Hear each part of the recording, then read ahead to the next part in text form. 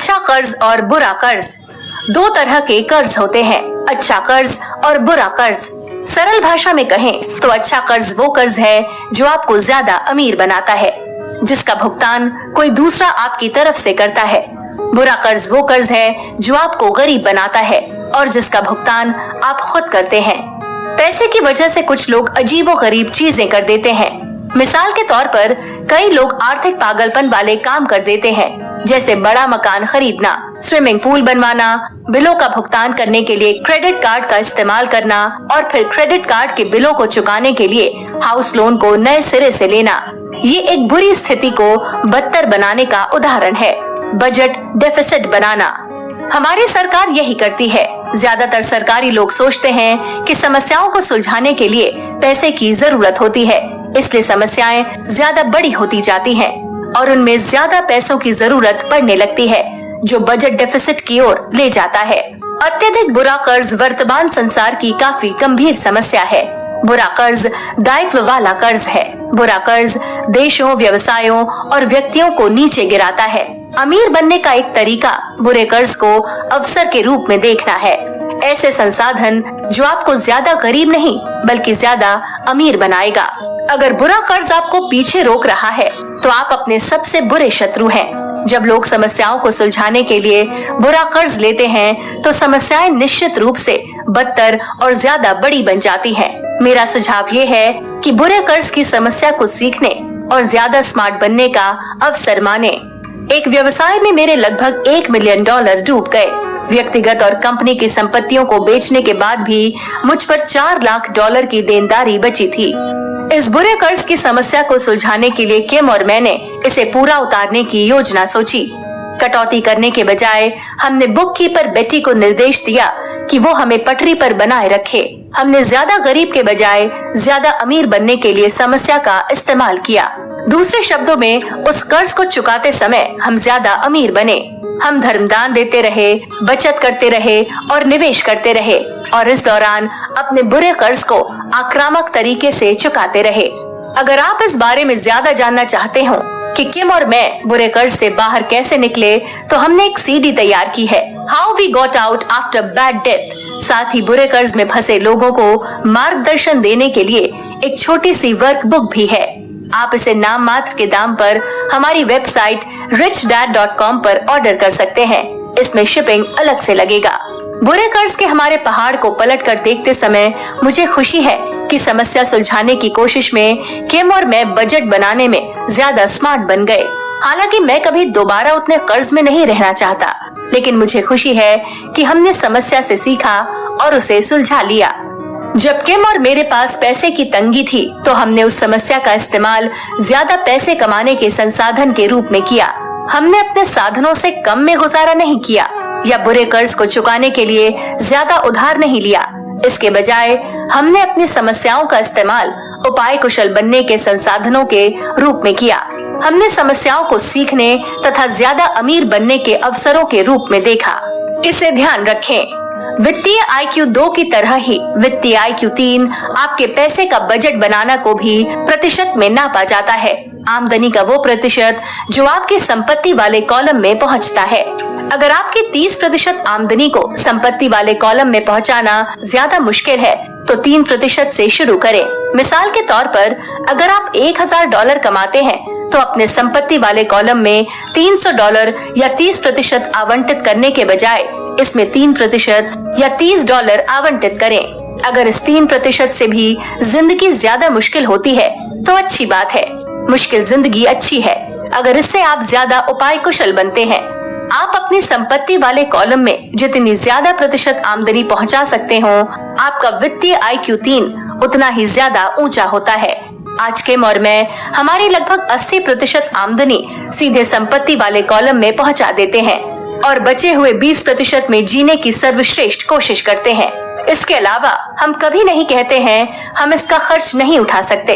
हम अपने साधनों से कम में जीने से इनकार करते हैं। परिस्थितियों को चुनौतीपूर्ण रखने से हम ज्यादा उपाय कुशल बनते हैं। इस कारण हम ज्यादा समृद्ध जीवन जीते हैं और बजट सरप्लस उत्पन्न करते हैं। 9 अगस्त 2007 को शेयर बाजार लगभग 400 पॉइंट गिरा। अफरा तफरी को रोकने के लिए फेडरल रिजर्व और संसार के अन्य केंद्रीय बैंक अर्थव्यवस्था में अरबों डॉलर का इंजेक्शन लगाने लगे। बाजार अगले दिन भी डावाडोल था। जब मैं सुबह तैयार हो रहा था तो टीवी प्रोग्राम पर एक न्यूज़कास्टर 3 वित्तीय नियोजकों का इंटरव्यू ले रहा था और उनके विचार पूछ रहा था। उन सभी की एक ही सलाह थी, दहशत में मत आओ, सही दिशा में चलते रहो। जब उनसे आगे सलाह मांगी गई तो तीनों ने कहा, पैसे बचाओ, कर्ज से बाहर निकलो और म्यूचुअल फंड्स के अच्छी तरह डाइवर्सिफाइड पोर्टफोलियो में लंबे समय के लिए निवेश करो। दाढ़ी बनाने के बाद मैं सोचने लगा कि क्या ये सभी वित्तीय विशेषज्ञ तोतों के एक ही स्कूल में गए थे। आखिरकार एक सलाहकार ने कुछ अलग कहा। उसने रियल एस्टेट बाजार की बुराई की कि इसी की वजह से शेयर बाजार में गड़बड़ी हुई है। उसने लोभी निवेशकों, अनैतिक रियल एस्टेट एजेंट्स और लालची मॉर्टगेज ऋणदाताओं को दोष दिया कि उन्हीं की वजह से सब प्राइम मॉर्टगेज का झमेला उत्पन्न हुआ है, जिससे शेयर बाजार लुढ़का। इस सलाहकार ने आगे कहा, मैंने अपने ग्राहकों को बता दिया था कि रियल एस्टेट खतरनाक है। आज भी मेरी वही सलाह है।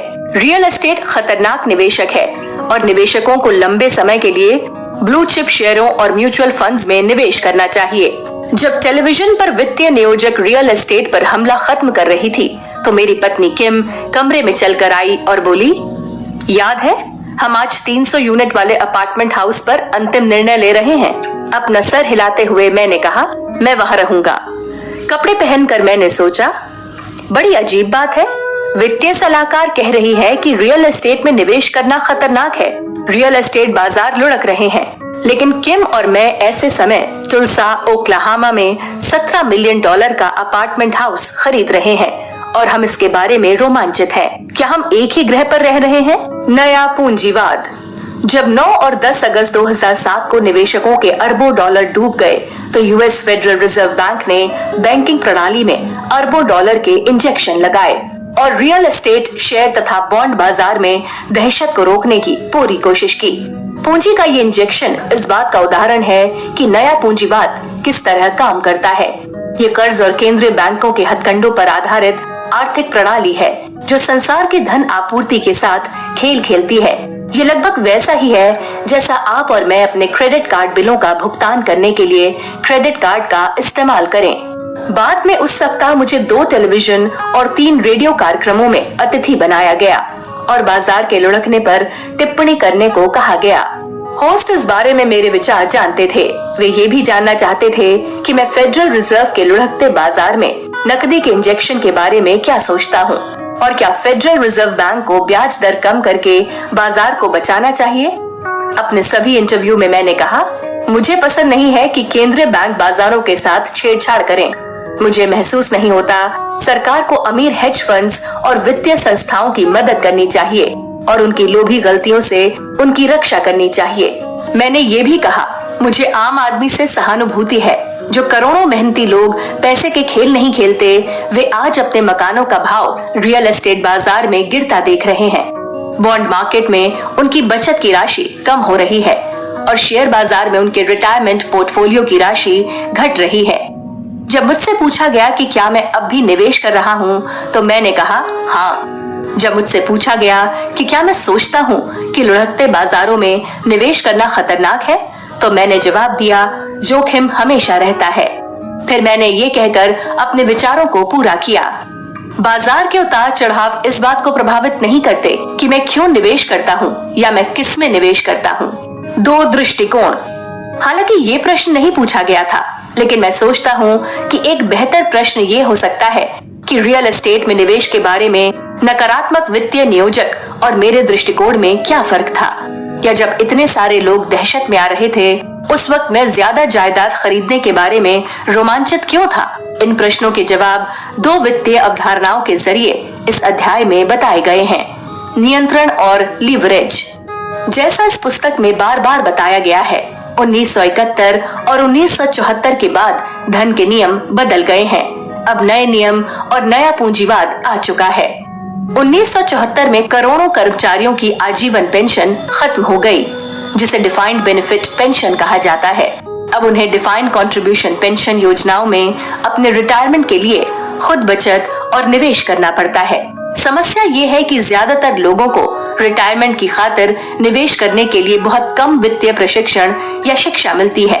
एक और समस्या है, पूंजीवाद के नए नियमों के अनुसार ये आवश्यक है कि कर्मचारी उन संपत्तियों में निवेश करें जिन पर उनका कोई नियंत्रण या लिवरेज नहीं है। बाजार लुढ़कते समय जब वित्तीय तूफान दौलत और वित्तीय सुरक्षा को तबाह करता है, तो ज्यादातर लोग असहाय तरीके से देखने के सिवाय कुछ नहीं कर सकते। नया पूंजीवाद करोड़ों कर्मचारियों के पैसों का निवेश ऐसी जगह करता है जिन पर उनका बहुत कम नियंत्रण या लिवरेज होता है। चूंकि मेरा अपने निवेशों पर नियंत्रण होता है, मिसाल के तौर पर 300 यूनिट वाला अपार्टमेंट हाउस, इसलिए बाजार लुढ़कने पर मैं इतना ज्यादा प्रभावित नहीं होता। नियंत्रण होने की वजह से मुझ में बहुत ज्यादा लीवरेज करने का आत्मविश्वास रहता है। नियंत्रण और लिवरेज के कारण मैं कम समय में और बहुत कम जोखिम में ज्यादा दौलत हासिल कर सकता हूँ और अपने निवेशों पर बाजारों के उतार चढ़ाव के प्रभाव को न्यूनतम कर सकता हूँ। बाजार लंबे समय से गिर रहा है। जैसा मैंने पहले लिखा था, यूएस टुडे के एक सर्वे का निष्कर्ष था कि अमेरिका में सबसे बड़ा डर आतंकवाद नहीं, बल्कि रिटायरमेंट के दौरान पैसा खत्म होने का डर है। मुझे लगता है कि 9 और 10 अगस्त 2007 के बाद ये डर और बढ़ गया होगा। जो लोग इसे लेकर चिंतित हैं, उनके पास चिंता करने का अच्छा कारण है। जब आप नीचे दिए गए 2 चार्ट देखते हैं, तो आप देख सकते हैं कि 1971 और 1974 में नियम बदलने का शेयर बाजार के मूल्य पर क्या प्रभाव पड़ा। जैसा आप देख सकते हैं, बाजार दरअसल लंबे समय से लुढ़क रहा है। कृपया नीचे दिए गए चित्र को देखें। मकानों की तरह ही डाउ का भाव भी बढ़ रहा है, लेकिन सच तो ये है कि मुद्रा की क्रय शक्ति कम हो रही है। मुद्रा की क्रय शक्ति के इस क्षय की वजह से ज्यादातर कर्मचारियों का वित्तीय भविष्य कम सुरक्षित बन जाता है। ये चार्ट बताते हैं कि भविष्य में उन्हें ज्यादा पैसे की जरूरत होगी और ये ज्यादा महंगा हो जाएगा। लिवरेज के बिना ज्यादातर कर्मचारी अपने भविष्य के लिए पर्याप्त पैसे नहीं जुटा सकते, क्योंकि वे जितना ज्यादा पैसे बचाते हैं, इसका मूल्य उतना ही कम होता जाता है। हिटलर के सत्ता में आने से ठीक पहले जर्मन अर्थव्यवस्था संबंधी एक मजेदार प्रसंग इस अवधारणा का अच्छा उदाहरण है। कहानी ये है कि एक महिला ठेला भर पैसे लेकर एक ब्रेड खरीदने के लिए बेकरी जाती है। ब्रेड के भाव पर सौदेबाजी करने के बाद जब वो बेकरी से बाहर पैसे लेने आती है, तो उसे पता चलता है कि कोई उसका ठेला चुरा कर ले गया है और पैसे छोड़ गया है। यही बचत करने वाले अमेरिकियों के साथ हो रहा है। रिटायर्ड व्यक्ति को मुद्रास्फीति वाली अर्थव्यवस्था में रिटायरमेंट का खर्च उठाने के लिए कितनी बचत की जरूरत होगी? अगर रिटायरमेंट के बाद आपको जान बचाने वाला ऑपरेशन कराना हो, जिसका भुगतान सरकारी मेडिकल योजनाएं करने को तैयार न हो, तो क्या होगा? अगर आपके पास रिटायर होने लायक पैसे न हो, तो आप क्या करेंगे? इसलिए वित्तीय IQ 3 अपने धन की लिवरेजिंग करना इतना महत्वपूर्ण है। लिवरेज दूसरों के पैसों का इस्तेमाल करके उनसे आपकी खातिर ज्यादा कड़ी मेहनत कराता है, और अगर आप में उच्च वित्तीय IQ 3 है, तो आप कम टैक्स दे सकते हैं। लीवरेज क्या है? बहुत सरल शब्दावली में लीवरेज की परिभाषा कम के साथ ज्यादा करना है। मिसाल के तौर पर, जो व्यक्ति बैंक में पैसा रखता है, उसके पास कोई लीवरेज नहीं है, ये तो उसी का पैसा होता है। बचत में डॉलर का लीवरेज घटक 1-1 होता है, सारा बचत करने वाले का ही होता है। 300 यूनिट के अपार्टमेंट हाउस में मेरे निवेश के मामले में स्थिति अलग होती है। $17 मिलियन के रियल एस्टेट निवेश में मेरा बैंकर 80% लगाता है, जबकि मैं सिर्फ 20% का डाउन पेमेंट करता हूँ। बैंकर के पैसे का इस्तेमाल करने की वजह से मेरा लिवरेज 1-4 का होता है। मैं सौदे में जितना डॉलर लगाता हूँ, बैंक मुझे उससे 4 गुना डॉलर उधार देता है।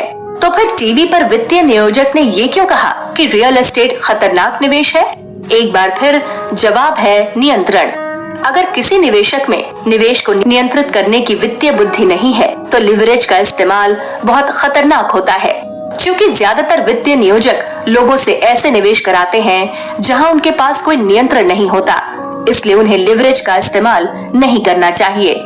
जिस चीज को आप नियंत्रित नहीं कर सकते, उसमें निवेश के लिए लिवरेज का इस्तेमाल करना बगैर स्टीयरिंग व्हील की कार खरीदने और फिर एक्सीलरेटर दबाने जैसा होगा। रियल एस्टेट में गिरावट से जिन लोगों को चोट पहुंची है, उनमें से ज्यादातर ऐसे लोग हैं जो रियल एस्टेट बाजार और उनके मकान के मूल्य के लगातार बढ़ने पर भरोसा कर रहे थे। कई लोगों ने अपने मकान के बढ़े भाव पर पैसे उधार लिए थे, लेकिन अब उनके घर का मूल्य उतना भी नहीं बचा जितना उन पर कर्ज है। उनका निवेश पर कोई नियंत्रण नहीं है और वे बाजार के रहम पर हैं। जो मकान मालिक अपने मॉर्गेज का भुगतान कर सकते हैं, वे भी अपने मकान का भाव घटने पर बुरा महसूस करते हैं। वे अपने घर की इक्विटी को गायब होते देखते हैं। मकान के भाव गिरने पर कई घर मालिकों को लगता है कि उन्होंने पैसा गंवा दिया है। इसे कई बार दौलत का प्रभाव कहा जाता है। मुद्रास्फीति की वजह से दरअसल संपत्ति के मूल्य में वृद्धि नहीं होती, बल्कि डॉलर की क्रय शक्ति में कमी होती है। लेकिन इसके बावजूद कई लोग अपने मकान के बढ़ते भाव देखकर ज्यादा दौलतमंद महसूस करते हैं। जब वे ज्यादा दौलतमंद महसूस करते हैं, तो वे ज्यादा पैसे लिवरेज उधार लेते हैं और विलासिताओं जैसे दायित्वों पर ज्यादा पैसे खर्च करते हैं। ये नए पूंजीवाद का सीधा परिणाम है, जो डॉलर के क्षय और कर्ज में वृद्धि पर आधारित आर्थिक प्रसार है। मेरा मूल्य मेरी नेटवर्थ पर आधारित नहीं है,